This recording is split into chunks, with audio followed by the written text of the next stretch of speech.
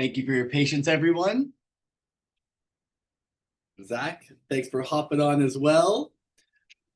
Good morning, everyone, and welcome back to another REC Insider session.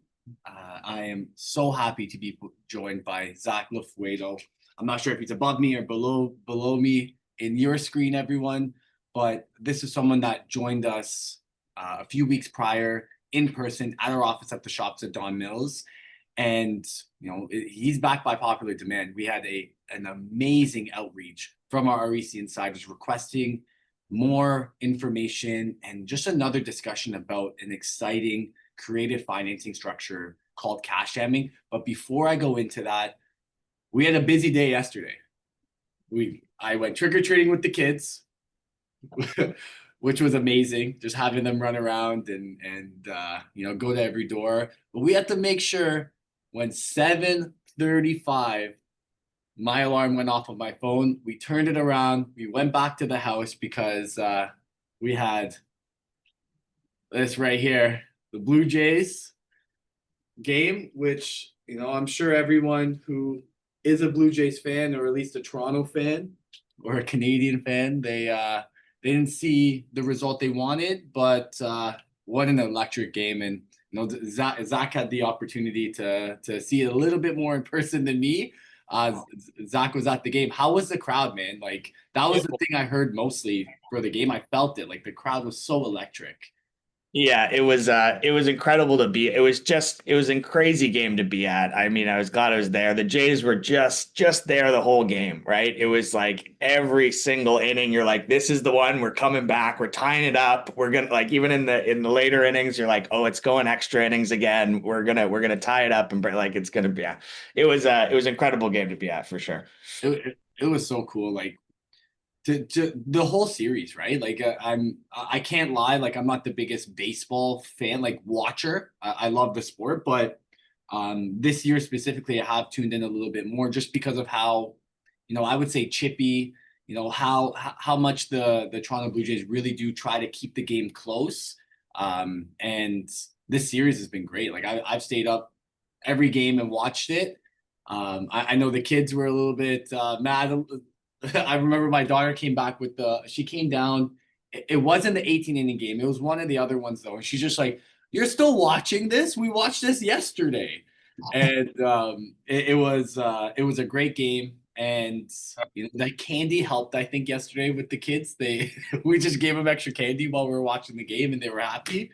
But it's so good. Like, I was born in 1992, so I was born when the Jays won the last two, but I do not remember it. And, the only other championship I've seen in the city is the Raptors in 2019. And I can say that, the country itself is a lot more together on this than the Raptors. So I am so pumped for Game 7 today, but I'm also pumped, Zach, for you and I being here together because, we do have a really important discussion today, which is cash jamming, right? And how to structure it. What is cash jamming? I know you're going to be, because I've seen and heard, the discussion a few times now. I know you're going to be giving some live examples, and we're going to really dive deep on who this could be right for. And I'm really pleased to welcome you, Zach. So thank you for joining myself and our REC Insider community, man.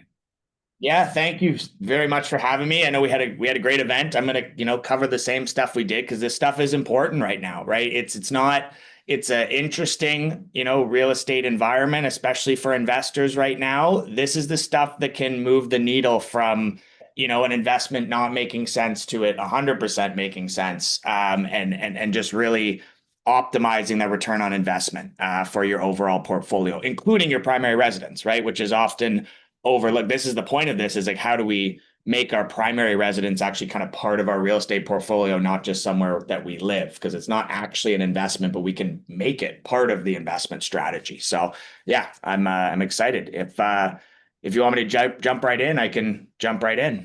I will do a few housekeeping rules first, but even before that, I think you hit a good point. Like, we at REC, we always talk about the 4 ways to win with investing, right? Which is cash flow, passive appreciation, principal recapture, as well as active appreciation. But there's truly that fifth way, which is tax incentives as well. And this is an opportunity that a lot of our insiders are inquiring about, because it is a way, especially in today's market, with a lot of our insiders who are investors are facing with equity erosion, the loss of equity at this point of time in time, as well as negative cash flow. This is a way to at least, as you said, move that needle a little bit more to that neutral stance, so we could ride through the investments, ride through this turbulent time, and live to fight another day, right? And I really do appreciate this, and I'm going to be a watcher and an observer myself. I got my notebook here. I'm going to be taking notes because I think it's something that all REC insiders and real estate owners in general should be at least understanding a bit, knowing that this avenue could be there for them. But there are some housekeeping rules. First and foremost, everyone, Zac and I anyways, I'm sure Zac does as well. We really like to hear from you. If you have any questions whatsoever, put it in the chat, put it in the Q&A section, send me a Post-it note. I don't care how you send it to me. Send me an email. I'll be able to see it all, because I'm taking more of a backseat role to this webinar anyways. And ask away. We will, at the end of the webinar, be able to try and address as many questions as we can. And we really greatly appreciate any type of questions, because if you have it, I'm sure the other 170 some odd REC insiders who registered for this webinar also have those types of questions as well. Second, if you are not seeing our emails, please keep an eye out for them. It's info@reccanada.com. We're really making a push, and I'm sure the ones who are seeing it have noticed our frequency has increased with our emails. And there's one reason for that.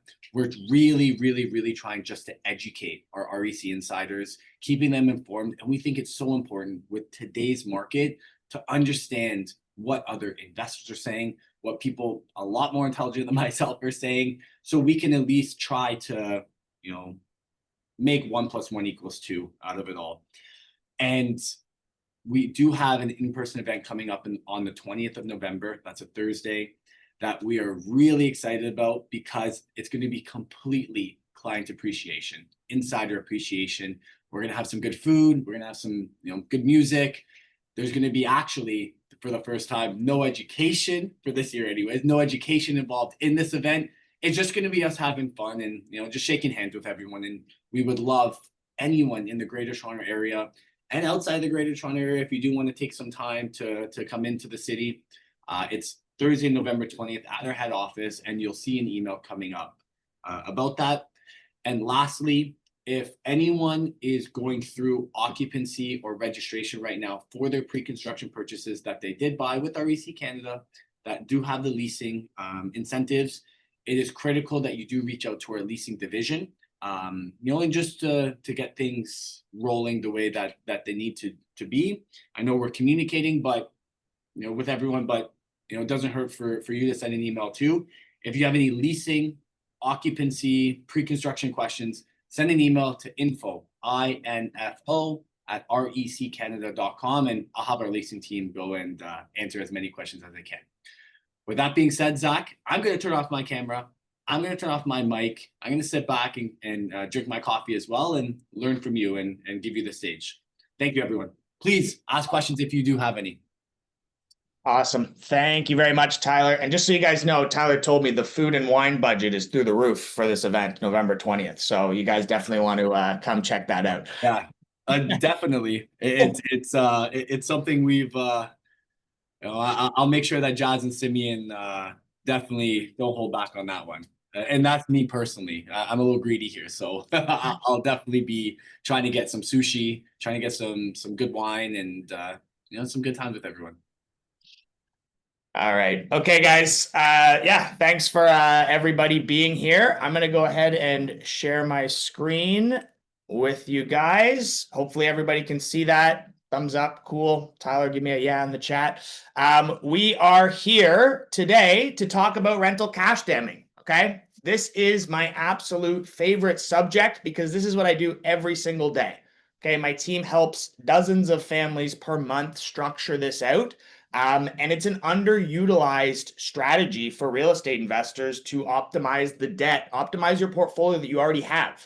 Because a lot of the time, it's not about actually just acquiring more and more real estate to increase that ROI overall, or optimize your portfolio. It's just about changing what you already have. Restructuring what you already have is actually going to get you more dollars in the long run versus continuously adding to that portfolio.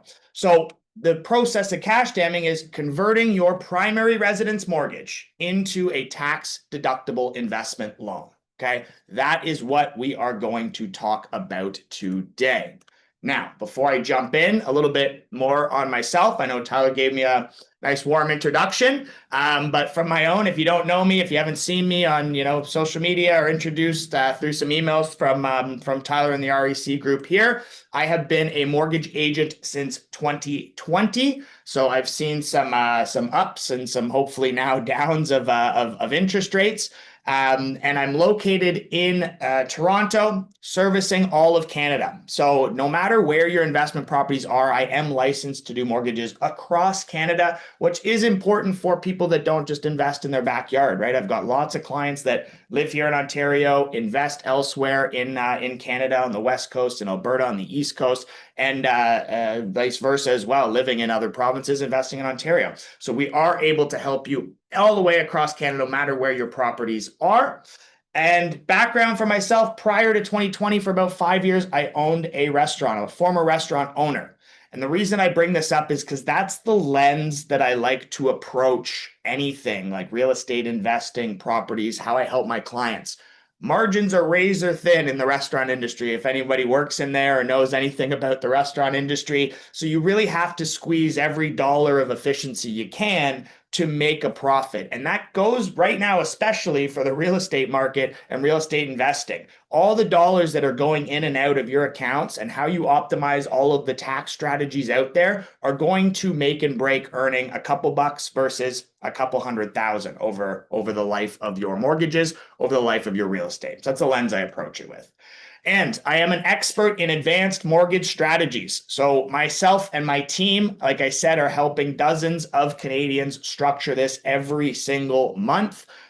We are on track to help about 240 plus odd families this year alone in doing this advanced planning, this advanced structuring. And it's not just one size fits all. Today we're going to talk about rental cash damming as a whole. But there are other advanced strategies that you can layer on top of this. We're going to go a deep dive on this today, but I'm happy to discuss with any and all of you after on your specific needs, because we do have lots of other things that we specialize in, but everything to do with real estate investors and tax optimization strategies for your debt. Now, we are going to talk about today why this strategy is more relevant than ever. And there are lots of reasons, right? We are seeing high interest rates. Yes, rates are coming down. We've got some good news from the Bank of Canada and hopefully some more as time goes on. But that doesn't mean that interest rates are not still high. If we're seeing maybe rates starting with a 3, they're still in the high 3s. Maybe lots of people here still have 4% or even 5% interest rates on some of their investment properties, right? And that's the reality, I think, for moving forward. When I run analysis here for the long term with clients, we're not running analysis as if the rates are going to come back down to that 2% range, right? We're running things as if they're going to sit at maybe 4.5 over the life of the mortgages, because that is the reality. Even if we see rates come down for the short term, everything that's happening with the economy is saying that, 12, 18, 24 months, we could see a spike in those rates back to where we're living in a rate environment that are just slightly higher than it was ever pre-COVID or where they came down to. Right? So the higher interest rates, the rising cost of home ownership, right? Even though property values are down, they're still high, depending on where you're buying your primary residence, especially if you're in Toronto and the GTA. Sure, prices are down, but $1 million home or $1.5 million home is still a large mortgage that you're probably obtaining to acquire that piece of real estate that you want to live in or those investment properties, right? So rising cost of home ownership, higher interest rates, And obviously inflation that's always outpacing income. Sure, again, inflation data says that the numbers are down, but does it feel like it? Right? For most people, it doesn't really feel like it. There's still constantly higher and higher and higher expenses that you're occurring on your day-to-day, everyday life and your real estate investing life, that is constantly going to outpace income. So how do we utilize these tax strategies to get yourself further ahead? And this strategy itself addresses the biggest cost to Canadians, which are your mortgage payment and your taxes, right? Taxes is probably the biggest expense that you have out there, because half your income, depending on your income bracket, is basically gone to taxes right off the bat. And then you've got these large mortgage payments that you're paying with after tax dollars, right? So these strategies aren't just relevant. I think they are necessary to putting in place with the guidelines that we are given as Canadians, that we have to follow, the rules we have to follow. So I'm going to say why your mortgage is often considered a liability, right? Because your mortgage is on your primary residence anyway, is a liability because it is not used to purchase an investment. We can structure it correctly to become an asset, to gain additional tax benefits, and to use it as a financial lever to get ahead, to help us make meaningful headway on our financial goals. What we're going to show you with this mortgage structure is structuring your mortgage in a way that helps it become more tax efficient, so you can use those extra dollars back to grow your real estate portfolio, keep more of that hard-earned money along the way, and then use those savings to reduce your mortgage balance, reduce your bad debt sooner, pay less interest, and become mortgage-free years ahead of schedule. And by paying your mortgage off sooner, or being able to invest more sooner, you free up those expensive mortgage payments that may hold you back, which gives you more room for other more important things, like simply improving your lifestyle, right? Do you want to retire earlier? Do you want to put your kids through university without massive amounts of student debt? Do you want to buy a home for your kids? Because no matter what we're seeing right now with the trends in the real estate market, we look back over the last 40 or 50 years, there's still a 3% average appreciation in all of Canada. That's very likely not going to go away, the long-term outlook on numbers. So if you're thinking about, oh, I've got a young son, daughter right now, how the heck are they going to be able to buy a property in 20 years if we see that average appreciation growth? Maybe you want to just get them into a property or acquire more real estate, but use tax efficiency to your advantage. And what I like to say here, and what I want you to think about during this presentation is, I'm sure a lot of you on this call maybe already have a rental property or investment property, or you're maybe thinking about buying one because that's why you're here, or you own personal real estate right now. What is the point? Okay, what is the point of owning real estate or additional properties, rental properties, right? What is your why? Why do I have this, right? It's not just, I assume it's not just to fix toilets or get a call at 2 a.m. because there's a leak somewhere, you got to fix something, right? Or maybe that is your thing, but I would assume that it's to grow your net worth, right? It's to improve your lifestyle. It's all of these things we just talked about. Put the kids to university, retire earlier, right? So if that's the goal, why are you not optimizing everything you have to get every single dollar out of that investment and leaving money on the table?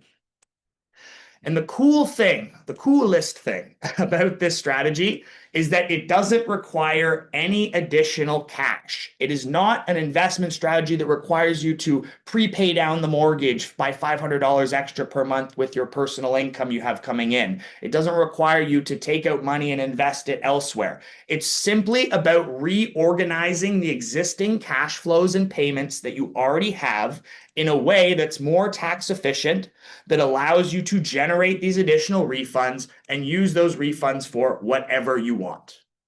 So the real mind-blown emoji moment here is that it requires zero extra dollars. Everything I'm going to talk about today is simply about reorganizing and restructuring what you already have in your disposal. You're basically already doing this. You're just not doing it as efficiently as you possibly can.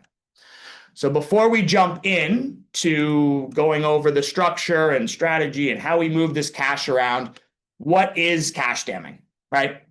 a little bit of a history on this strategy. Well, rental cash damming is the technical term coined by the CRA. This is a 100% viable CRA strategy, tried, true, tested throughout the years. And it's simply the process of segregating your non-deductible and tax-deductible cash flows so that you can accurately and safely claim extra deductions on your mortgage debt. It's just a tracking method at its core. It's a debt conversion strategy. How do we take the bad debt we have and convert it into good tax-deductible debt? It's also important to note, I did not invent this, all right? This has been around for years. It's dating back to the 80s, where it became more popular then, had a bit of a fall off, and then people sort of stopped talking about this strategy, but it never went away. This is a strategy that all large real estate investors use. Every single business uses this strategy, right? Every business in Canada has employees that are there just to make sure they have enough debt on the books. They've got enough tax or interest write-offs from borrowing money. This is the exact same strategy that's been around forever, but the majority of people have huge teams that organize all this stuff for them, where we've put together a way where we can teach the average investor Canadian, the mom and pop landlord, the 1 or 2 properties, or looking to grow their portfolio, how to do this right from the beginning. So you may be saying, is this strategy for me? I don't know, Zach. Well, it's for every person that pays their principal residence mortgage with after-tax dollars, which is everybody. If you have a mortgage, you are paying it with after-tax dollars, right? If you're an employee in Canada, you're taxed at source, then you get your net income, then you pay your mortgage. If you're self-employed, you still got to reserve money for taxes. The money that you pull out of a corporation or that you earn, you got to pay taxes on that, and you got to use your net income to pay your mortgage payments. But the unfortunate thing that people don't talk about really is the true cost of a mortgage because of this. And I believe it's that, getting your primary residence or your first piece of real estate, you're just excited. You're like, it's a great time. This is so much fun. We're getting our first property. It is an exciting time. So you don't really take a look at what the true cost of a mortgage is. When we take a look at a cost of a mortgage, say you get a $500,000 mortgage at 4.5% over 25, 30 years, you basically end up paying double. If you make no strategy, you have nothing in place, you are paying double for that money that you borrowed between principal and interest payments. So you're paying closer to $900,000, $1 million. Yeah, rates will go up and down, right? This is assuming a static interest rate over time. But like I said, it's better to plan for what an average interest rate may be over time versus, saying, it's going to be 2%. It's going to come back down. Rates are going to come back down. So the average cost of a mortgage basically ends up being double, but the buck doesn't stop there, no pun intended. You are, again, paying your mortgage with after-tax dollars. So to pay off your $500,000 mortgage that's closer to $900,000 in principal and interest, if you're at, a good higher income earner in Canada and you're taxed at 30, 40, 50%, that means you have to earn almost double that amount just to pay off your $500,000 mortgage. So that $500,000 mortgage becomes earning $1.5, $1.6, $1.7 million in income to pay it off. And that's not including any other expenses that you have along the way. Now, obviously, the roadblock is most Canadians, we don't have cash that we can just pay for our home. We need the mortgage. We need a mortgage to secure more real estate. We need borrowed funds in order to purchase, especially personal real estate.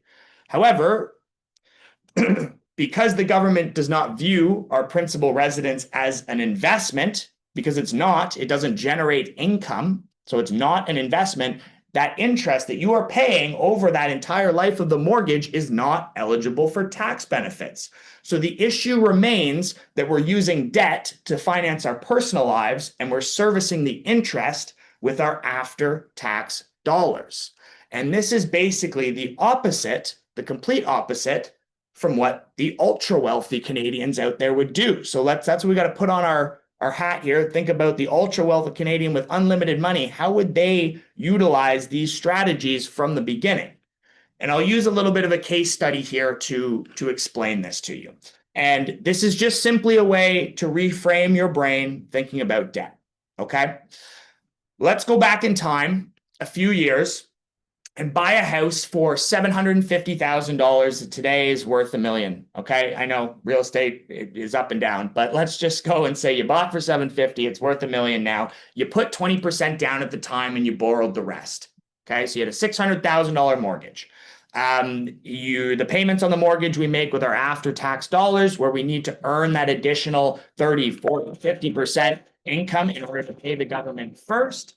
And despite eating up a major chunk of disposable cash, we've made our payments on time. We've even made some progress in paying down the mortgage. Today we owe $500,000. The home's worth $1 million. We've got, we've got net equity of $500,000.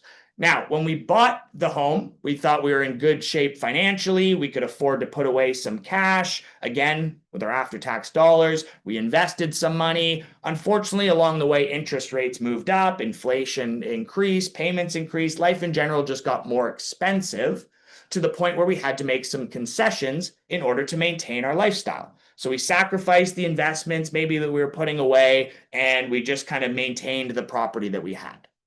Now, let's take a look at an example of what the ultra-wealthy person, the ultra-wealthy Canadian that could afford to pay all cash for the home. Let's just put this into mindset. Again, we're just reframing our way on debt, okay? So they had enough money to buy that same $750,000 house, but they bought it outright.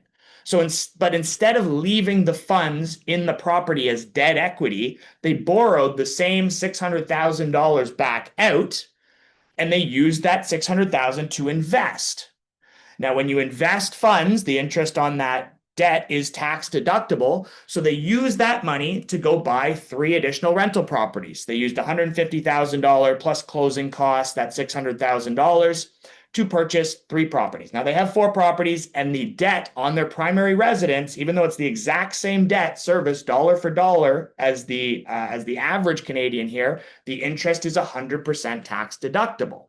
Now, when they bought these rental properties, they barely cash flowed. They're just cash flow neutral, so they weren't out of pocket for any money. They weren't making a lot of money either. But here's where it gets interesting. For the entire life of the mortgage, if the wealthy person's at a 40% marginal tax rate, they're going to pay $244,000 less interest because it is tax deductible. They're going to get tax refunds from that debt, which they can use to double down on investments, cover the costs of that mortgage payment, get further ahead, just improve their lifestyle in general. And because they bought 4 properties instead of 1 with the same amount of debt and money moved around, they now have $2 million in equity because all of those properties appreciated. And now they are earning cash flow on those properties because expenses came down with the natural pay down of the mortgage. Now, the observation to take away from this is not that they started with more, it's that they are paying $244,000 less interest with the exact same amount of borrowed funds. And before you yell at me in the comments, the natural observation is that it's not an apples to apples comparison. They started with more, right? They had enough money to buy the house outright. The average Canadian does not have the luxury of paying all cash for their home. And the argument is completely valid. It's not a fair comparison. The point is to simply illustrate that there's a different way of approaching debt, and that most of us are leaving money on the table because we haven't structured our finances correctly. And it's not our fault, right? We're not all starting from this same place of understanding. You can't do anything about your start point or where you came from, but you can course correct and change where you're heading at any point. Just because we don't have the same financial advantage as the wealthy doesn't mean that these tools and levers aren't available to us. We just simply must get more creative with how we manage our finances at a different scale. And that's where the rental cash stemming strategy comes into play, because it allows us to structure our finances to take advantage of these same tax deductible benefits on the primary residence. With the right mortgage structure, we can incrementally access the equity to build wealth, buy more real estate, reduce taxes, improve cash flow, and get those hard-earned dollars back. And again, the beauty of this is you can accomplish it all by making your regular mortgage payment, with the ultimate goal of converting your primary residence into 100% tax deductible, just like the wealthy person in that example. Now, the reason that this strategy works for all Canadians, before we jump into the structure, which is coming, I know you guys are all like, okay, Zach, just tell me how to do it. The structure's coming. The reason that this works for all Canadians is because the federal rule, or the federal government has a rule that states if you borrow money to invest, the interest on those borrowed funds is tax deductible. You can write that off, okay? Now, let's start with the mortgage structure on this before we get into the full cash flow cycle. What do we need to have set up other than at least one primary and one rental property? But what is the mortgage structure or basement suite? This also works if you have a rental component in your primary residence. But the mortgage structure that we need to have for this to work is a multi-component mortgage on the primary residence with an investment line of credit attached to it. Now, there are lots of mortgage products out there that might look like they work for this strategy. However, in reality, many of the products lack some of the features required to run the monthly cash flow cycles properly. It's vitally important that the investment line of credit is set up to auto readvance. Whoops, we got ahead here. It's vitally important that it's set to auto readvance, which means every time that you pay down the principal, the non-deductible mortgage automatically becomes available to be drawn from that investment line of credit so that the funds are immediately available. If this structure doesn't have that auto readvancing feature, it's eventually going to cause friction and there will be implementation issues. This may seem complicated in the mortgage product, but this is why we work closely with you to make sure you have the right structure in place and hold your hand throughout this entire process. Now, the ultimate goal here is to pay down your non-deductible debt as fast as humanly possible. And the way we do that is by applying the rental income that we receive every month as a prepayment towards your primary mortgage each month, and then re-borrow the same amount from the investment line of credit to service the rental property expenses. So each month we convert more and more of our mortgage over to the investment line of credit, which results in increased tax refunds, which you can then use to pay down the mortgage even faster, accelerating these wealth building efforts. Now, I did mention that you do need to have a primary residence mortgage and at least one rental property or rental component. So this does need to be a rental property, not just a vacation home that you casually rent out once or twice a year. It must be an actual rental property, primary residence, or a basement suite or additional dwelling unit that you have on your property that is consistently generating income. Now, let's look at exactly how it works. We'll use a diagram for this one to show you exactly the cash flow cycle of what rental cash stemming is and how this works. So, regular cycle here. We make our regular mortgage payment each month to the principal residence, same as before. Household bank account, exactly how you have it set up, nothing changes. Then we have the rental property here, the little orange house at the top of the screen, and the monthly rental income is on the left. That's the money that we get from the tenant, right? The total amount of gross rent. Then what most people do in the cash flow cycle is that your tenant pays the rent on the first of the month. And what most Canadians are taught to do is that they deposit this into a separate bank account. This is probably, if you're a rental property owner, what you're doing now. You have a separate bank account that rental income goes in and your rental expenses come out of. And there's nothing wrong with that, right? Which is fair because it's probably what you've been taught to do, keep those things separate. But when we do this, we actually have a wonderful missed opportunity to create this additional tax efficiency for ourselves because there's no rule whatsoever that says you need to use rental income to pay rental expenses. When you receive rental income from the tenant, it's yours to do whatever you want with. Now, this takes a minute to get comfortable with because the natural tendency is to use rental income to pay the rental expenses, and then hopefully you've got a little tiny bit of cash flow and you can do whatever you want. But there's a far better way to manage your cash flows. What we're going to do is use the rental income to pay off our non-deductible mortgage first, because we don't get any tax benefits for carrying that mortgage, right? The primary residence mortgage, as we've talked about, it's not an investment. There is no advantage. It is bad personal debt. Even though you've used it to buy an asset, your primary residence is not an investment. So that's the first step. We make our regular mortgage payment, same as we did before, and we make an extra mortgage payment equal to the total value of the monthly rent. The principal portion of our mortgage payment plus the full value of the mortgage payment goes directly to pay down that mortgage balance. And the equity becomes immediately available to reborrow from the investment line of credit, which we then draw back out to cover the expenses on our rental property or portfolio. That is it. That is the cycle of rental cash damming. Okay? It's straightforward in its process, but complicated to execute. Rental income comes in, used to prepay down your bad debt first, reborrow that same amount of money back out from the line of credit, and use it to cover the rental expenses. Because you've now borrowed money for the purposes of generating income and investing, operating your landlord business, that interest is now deductible. That is cash damming.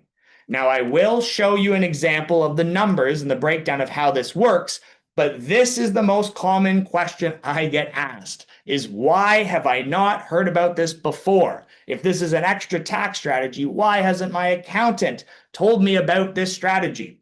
Well, your accountant is not there to help you with tax planning, unfortunately. Okay, you do not pay your accountant enough to hold your hand to structure things and optimize your overall portfolio. You pay them to give the numbers and file your taxes. Unless you have an advanced tax planner or someone that is going into detail about how you can optimize debt, your accountant is not the one that's really going to teach you how to do this.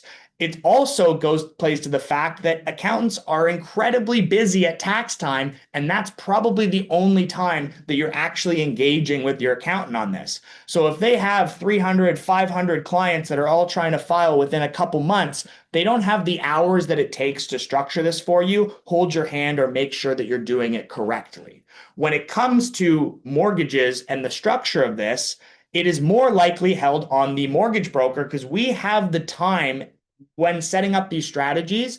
It's usually around the time of a refinance or you're looking to optimize a portfolio. We've got the time to sit down and explain these things to you and structure it correctly. In working with your accountant and your financial advisor as a power team, we can make these things happen. But the reality is that most mortgage brokers don't know about this. They don't know how to structure it because they haven't taken the time to learn any of this. They might know about the strategy, but until you've implemented this a handful of times, you're going to run into a lot of implementation issues and a lot of specifics that need to be done correctly, or you can mess this entire process up. So unless you're working with a team that has all these pieces in place, like us, then you won't have the know-how or the expertise to actually do it properly. The third thing would be your financial advisor, right? Why has my financial advisor not taught me about a strategy that's going to make me more money in the long run? Well, financial advisors get paid via your investments in insurance most of the time. So there's no actual incentive for them to go into, again, and teach you these strategies. I work with tons of financial advisors, tons of accountants to help do this strategy. And we on my team have a CPA in-house and CFP that we work with closely that we can refer to you if you don't have a power team in place in order to structure this whole thing out. So why have I not heard of this before? It's incredibly complicated, hard to execute, and it lies between these three different principles. And unless all of your team is working together to make sure that this is done correctly for you, it's very unlikely that you've heard about this strategy before or know how to execute it correctly. Now, let's show you the power of this strategy with a case study. Let's run these numbers. So in this scenario that we're going to use, the homeowner has a $500,000 mortgage on their primary residence. They use the mortgage to buy the home, so they're currently getting zero tax benefit from it. It is a 30-year amortization at 5.45%. I know this is a slightly higher interest rate than today's rate. It doesn't matter. Whatever the rate is, there's always going to be a savings on this, but we're just going to use a $2,800 a month monthly payment.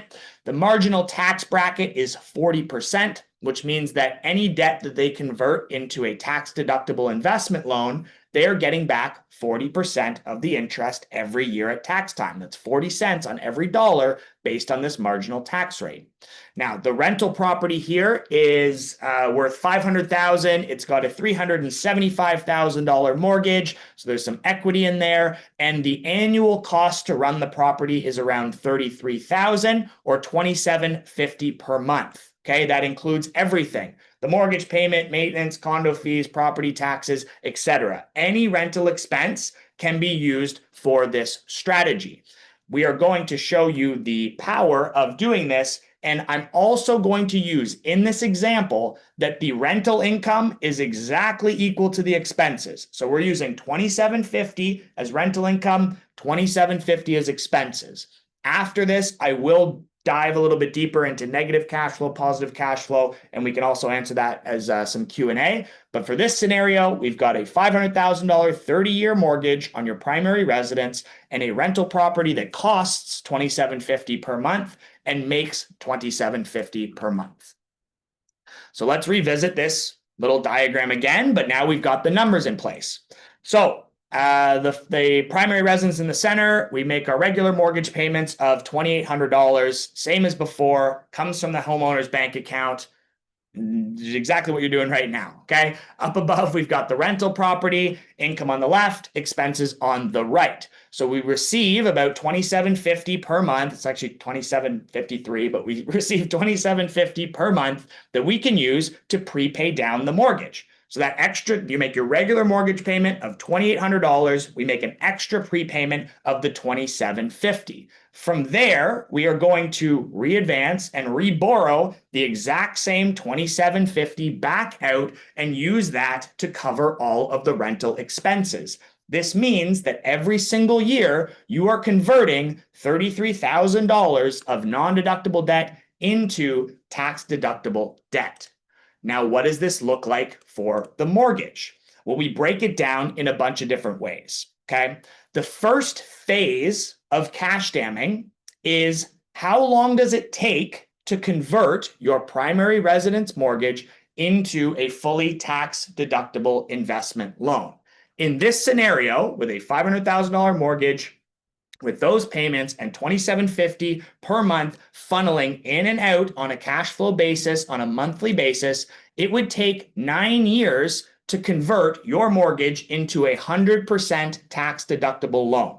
During every single year up until 9 years, you're still getting tax refunds. They're growing and growing and growing, right? As your mortgage goes down, the line of credit increases. Now you've got a line of credit which is less than you would have had you just paid down your mortgage regularly.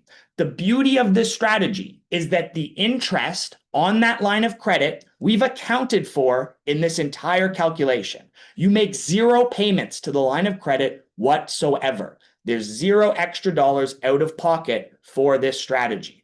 We've accounted for that it's capitalized into the line of credit every month. That means that the minimum payment on the line of credit you do not pay, you add it onto the line of credit. Yes, this is possible, and there is a way to structure this properly. If you were to do this, your debt is still always going down because you're making your regular mortgage payment on top of the prepayment towards the bad debt, increasing the good debt. So the first thing we look at in everybody's scenario is how long is it going to take you to convert your primary residence mortgage into a fully tax-deductible investment loan using the properties that you currently own.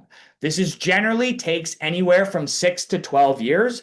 It depends on the amount of rental income and expenses that you have, how many properties, what your mortgage size is. There's all sorts of variables. But in this case, the debt conversion on this $500,000 mortgage is achieved in year 9. This doesn't mean that the mortgage is paid off. It just means we've reached the point where it's 100% tax deductible. Now, the second thing we look at is what are the tax benefits? How much money would this person earn at a 40% marginal tax rate in additional tax refunds from the CRA? In this case, it's $117,000 in additional tax refunds that this homeowner receives just because they're moving the money around in a different way. Again, exact same mortgage payment, no additional payments out of pocket, $117,000 additional back from the CRA for free for doing this strategy because you're following their tax code to a T. Now, technically, the homeowner can do whatever they want with these refunds. They could save the money, they could spend it. But when we do projections like this, we assume that the homeowner will use the refunds to pay the mortgage down faster. So if they were to apply all the refunds every single year that they receive back towards that primary residence debt, this would reduce that original 30-year mortgage by 97 months. You would eliminate 97 monthly payments. That means 100% debt-free, line of credit, mortgage paid off in and around 22 years instead of 30, which would save you $272,000 in future payments. And because we learned that you don't pay your mortgage with your with your gross income, with your net income, that means that this strategy saves this homeowner $453,000 in pre-tax income savings, money they don't have to earn to pay off their primary residence. That's close to $500,000 in savings that can go towards more important things and potentially retire earlier, put your kids through university, everything that I said. So again, think back. Why are you doing this? Why are you buying real estate? Because if you're buying a piece of real estate, let's say it's $500,000 property and it does appreciate at 3% over 25, 30 years, it's going to be worth about $1 million.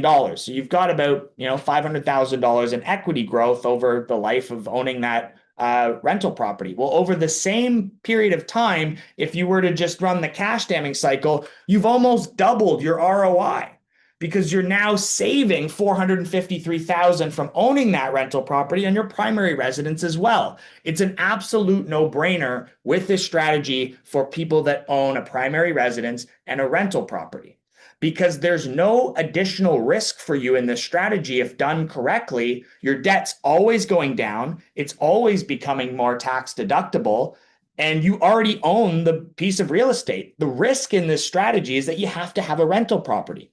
Well, if you already own a rental property, you've assumed 100% of the risk with 0% of the actual benefits with your primary residence mortgage.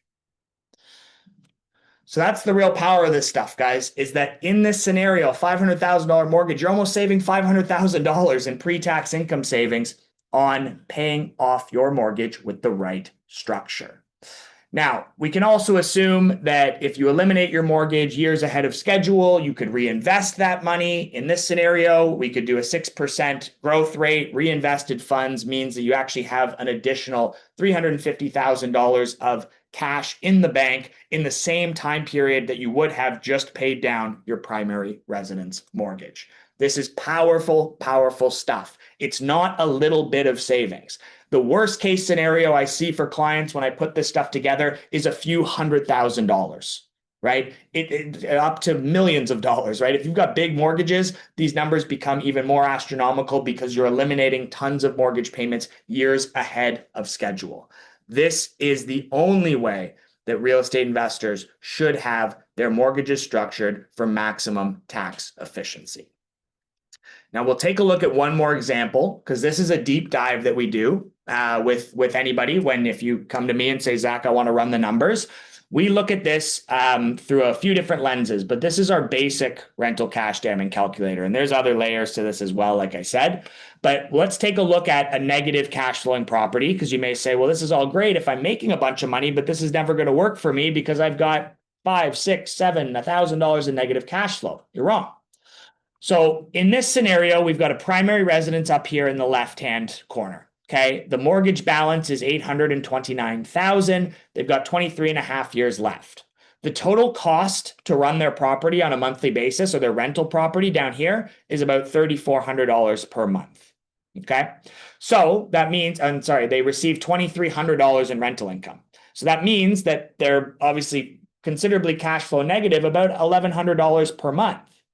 But if you were doing this the traditional way, the way that most people have this structured, if you were going to hold this rental property anyway, you're going to take the $2,300 a month that you have for rent, and you're going to pay a portion of the expenses, and you're going to take $1,100 out of pocket, and you're going to use that to cover the remainder of the expenses. That's what most people do. They say, well, hopefully over time, in my properties, the mortgage is going to go down, the rents are going to go up, and that cash flow is going to become less and less, or the negative shortfall is going to become less and less, right?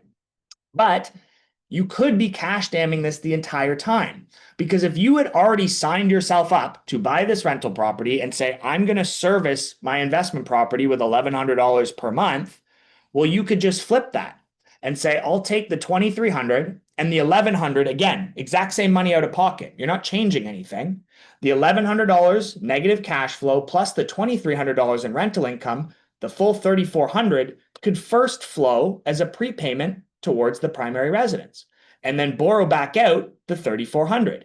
You're still following this same ideology, is that the money that you have, or the rental income you have coming in, or the money you were going to spend on your rental, is actually allocated to paying down bad debt first. And because we re-borrow the money from the line of credit, the full $3,400 still becomes tax deductible. You're following the exact same cycle. And to show the financial results of this strategy, we look back over here. This is the financial benefits.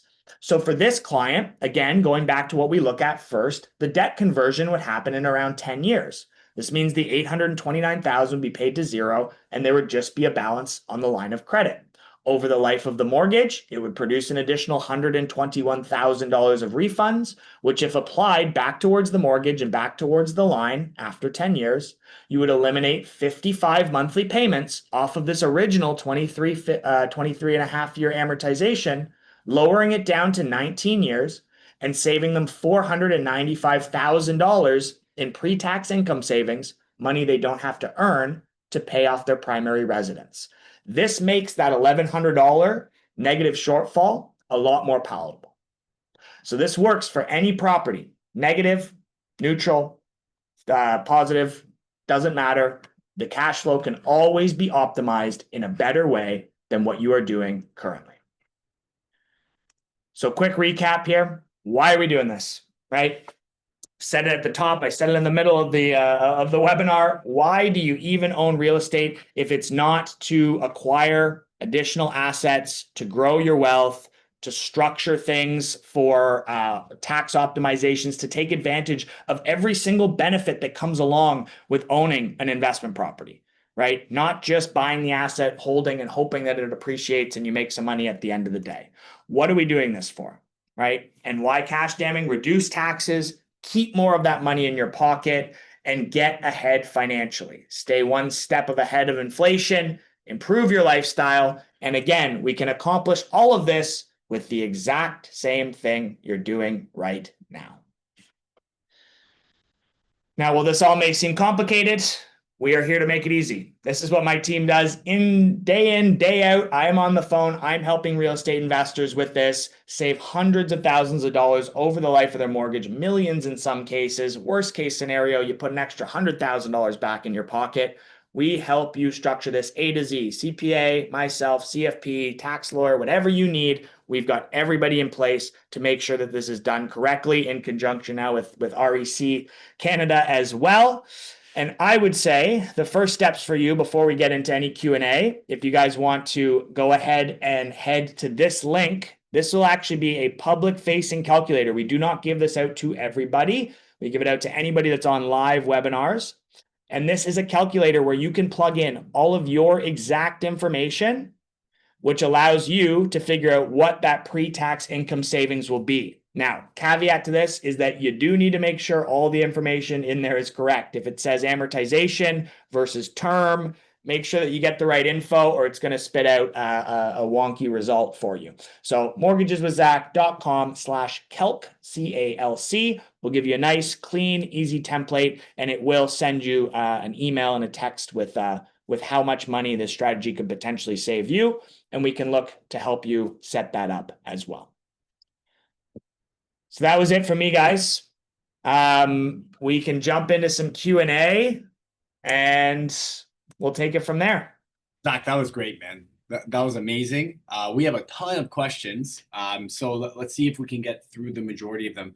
First off, I probably had about 5 people ask, can we receive these slides? And I'm just going to answer that one. The answer is yes. What we'll do is after this webinar is post-produced, so probably give us Monday, Tuesday time. We'll send an email to every single person that has registered for this webinar.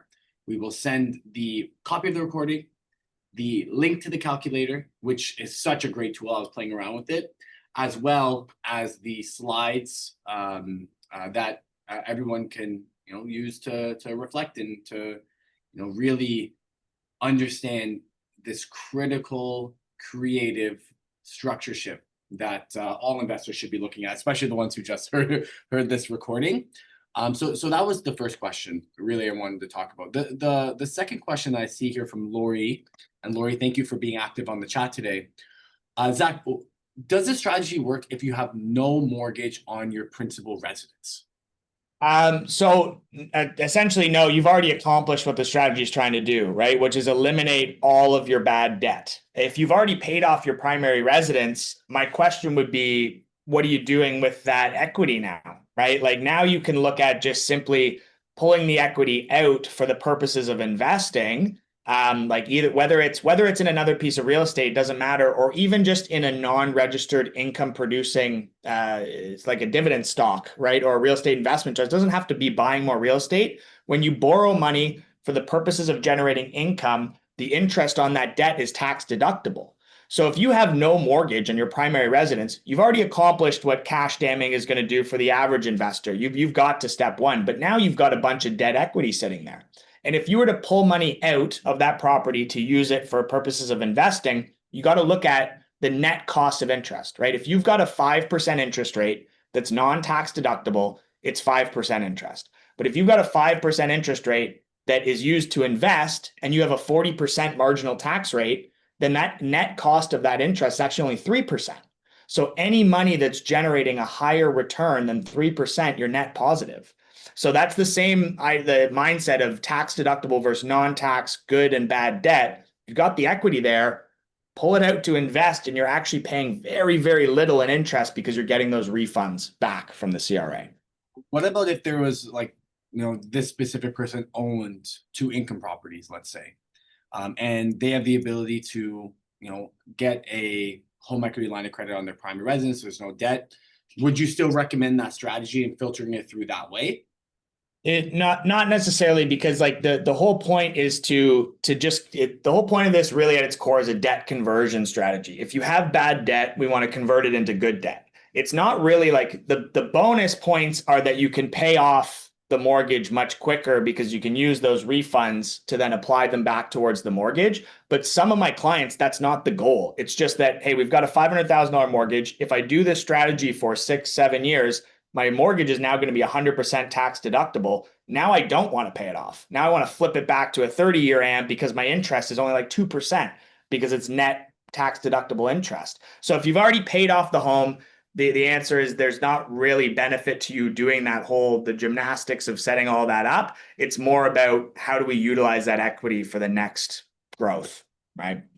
And then another question I have, which was Nawid here, which is, can this strategy be used for properties under a holding corporation? Let's say, for example, their income properties is under a holding corporation first. Yeah, that's a very good question. Very common question. You have to have personally owned real estate for this. It cannot be, you have to have at least your primary residence and one income producing property or like a basement suite in your primary residence that's personally owned. And the reason is because if you've got a holding company where the income goes in and expenses come out already, you've already got a tax haven there. You're already not paying taxes on that, right? So if you pull money out of the corp, you've created a taxable event where now you're paying taxes on it, but you don't have the expenses. So it has to be personally owned real estate. I have a lot of clients that will look to buy one property personally owned because their primary is personally owned to do this strategy, right? In regards to lenders that offer, this type of, readvanceable mortgage, essentially, right, is what you call it. Which ones do you see doing it? Do all of them do it? So all lenders offer it in some way, but I would just advise looking at, or one, you can work with us. We'll tell you the ones that work well, but the ones you want to look at primarily, like Manulife is probably the absolute 100% best lender for this. The Manulife One product. Scotia and TD are also, good. We do set this up, but there's some limitations even with those guys as well. Every other lender, there's lots of implementation issues. So I'm like, my hierarchy is kind of Manulife, Scotia, TD. But if you're talking like RBC is totally, it just doesn't work with them with their prepayment limitations and the way that they operate on HELOCs. So I would say that Manulife One, 100% top number one, especially if you have multiple properties. I actually won't allow clients now, having seen the difficulties with other lenders, do rental cash damming without the Manulife One product when you have more than one rental property. Another question. We have so many. This is amazing. And you did already kind of cover this, but we'll ask the question again anyway, so we hear it. Hear it a little bit more in detail. What happens after we pay off our primary mortgage? What do you recommend, or what do the solid investors, the ones that really follow your advice, what do they do after they pay off their primary mortgage? So it's kind of twofold. We did talk about it. It's like paying off your primary residence mortgage in full. That's the comfort for people, right? So it really depends. Like, do you want to just know that your personal primary debt is completely eliminated? You feel all warm and fuzzy inside, and that could be your goal, right? It's that some people like that. Other people, like you said, if you want to get, more aggressive with investing, or just get a higher return on your growth, on your net worth, is that you reborrow the money back out of your property once it's fully paid off for the purposes of investing. Because as long as it goes into an income generating asset, a non-registered, you can't pull out money and put it in your RSPs or TFSAs, then it's still non-deductible debt. And there's a further strategy to that, which I can get into with people on a personal calls. But if you have paid off mortgage, pull the money out, put it into investments, your net cost of borrowing is so low because it's immediately tax deductible debt as long as it's been invested. The flip side as well is that debt conversion piece, like I talked about, if you just want to do the part where you pay your mortgage down and it becomes 100% tax deductible, you could do it at that point too, because now you're writing off 100% of the interest. So it doesn't even need to be that you focus on, okay, let's pay the whole mortgage down. Let's just make it all tax deductible. Then you could pull money out at that point as well into other investments, and it maintains 100% deductibility on your primary residence mortgage. And do you recommend, because you're kind of setting everything up anyways to, I'm just thinking about the image that you used a lot, that U shape. Do you recommend, if someone were to, want to utilize this strategy longer than that 9 years in that example to pay down their principal mortgage, do you recommend before the mortgage is fully paid off to then build a plan on saying, okay, let me pull out $100,000 at this point to invest it into, a REIT or whatever they want to do with it? Do you recommend doing it before the full mortgage is paid off, or they can do it even after? Yeah, it's based really on what equity you have and what you kind of want to do for risk tolerance. And I'll get into the point I was kind of alluding to there, because you can pull out money from your primary residence even to put it into registered accounts like TFSAs and RSPs. It's just that the debt is non-tax deductible. It's the same as buying the home initially. You can pull out money, but the government's not going to give you double dip. Okay, you put it into a tax deferred account or tax advantage account, and now you get to write off the interest. You can't do that. But you could put that into the strategy. Say you had equity right away in your property, you want to start executing this, but you've got 100 grand room and you have no money in your TFSA. Well, you could pull out all the money, put it in your TFSA, and then start the process on that debt. and then the mortgage is paid down, or the mortgage is paid down, like you said, you get to year 9, you pull out some money, goes into non-registered accounts. So it's really, that's where it gets really individual with the person. How much money do you have invested? What are the long-term goals? And that's where we kind of get more specific on what you can and cannot do. We do have a few more questions, and I appreciate your time. Before that, though, I know I had it, but I don't have it on me right now. What's the direct link to your calendar?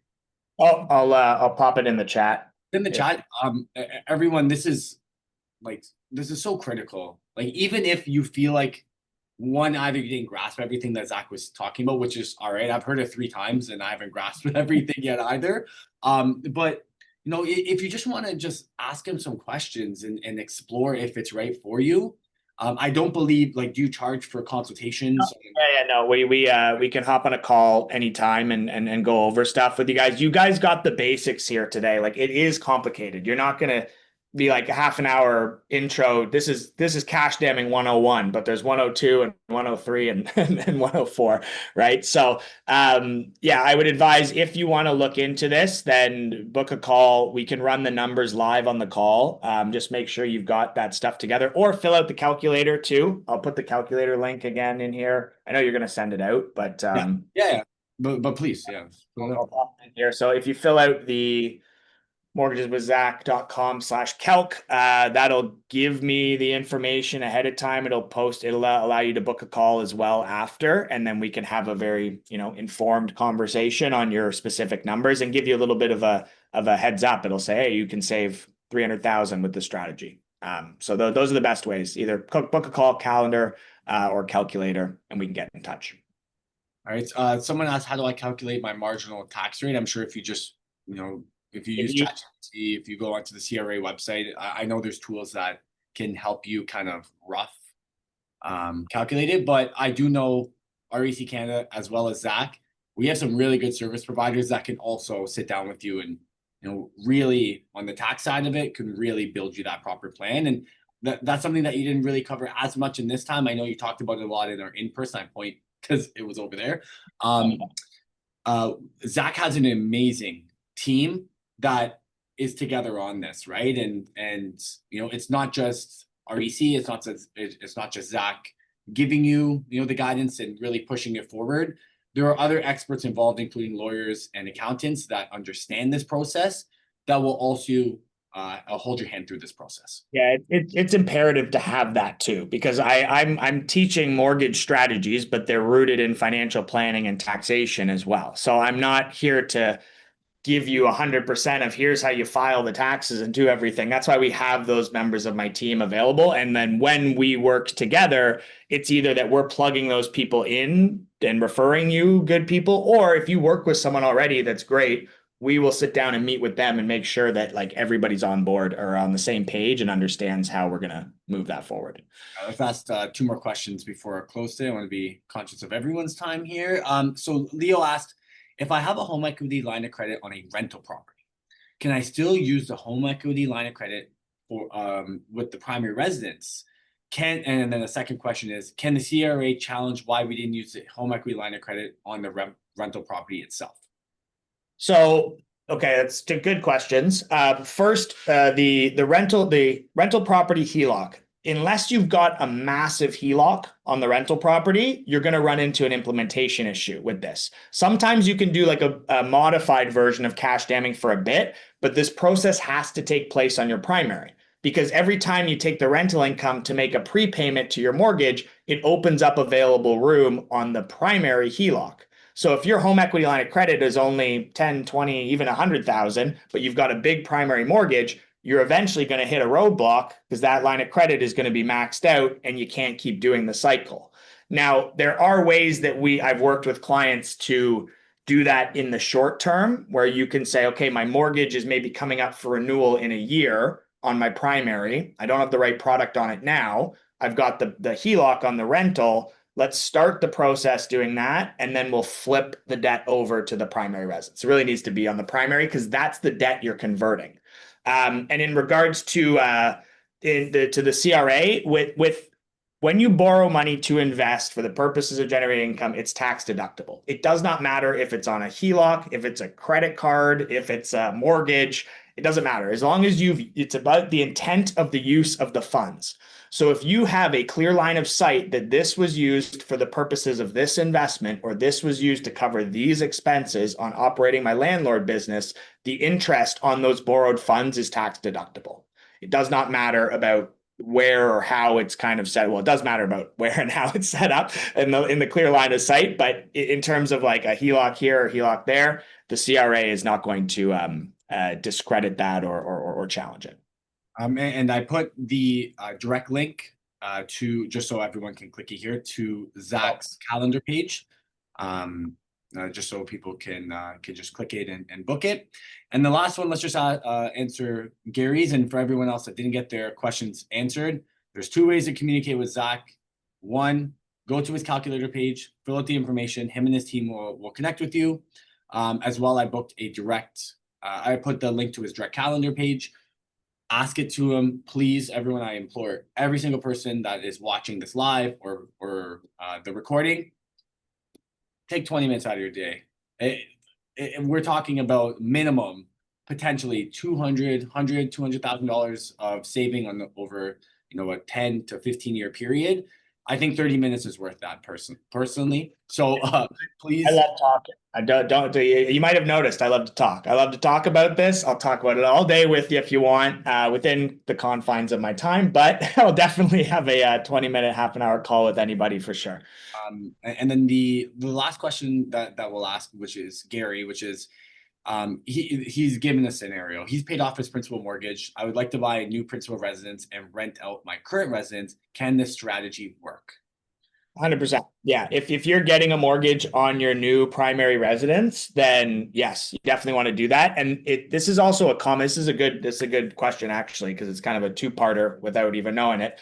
It goes back to the intent of the use of the funds. So if you were planning on buying a new primary residence and you're looking to pull money out of the existing property that you have, that debt is going to be used for personal use, right? So you cannot pull money out of your current property, use it as a down payment for a new property, and then just because you turned it into a rental, write off that interest. It's actually personally used funds. If you have an existing mortgage on that property and it then becomes a rental, then you can write it off because it's an existing debt, but you cannot create debt, use it as a down payment, and then write it off as an interest expense. It would actually be personal debt. Now, if you're going to just use cash and get a mortgage to pay off that, in any scenario, yes. The answer is yes, you can definitely cash dam that if you have any bad debt and you have any rental income and expenses. And even if you have no mortgage on a rental property, you still have property taxes, maybe maintenance if it's a condo, repairs, like anything, right? Insurance, like all of those are expenses that can be run through, even if you don't have a mortgage. And that's a really technical question too, right, Gary? Because it really depends. Because the one thing I really understood with this is that your primary residence has to have room to do this as well, right? So there has to be a level of equity that's there.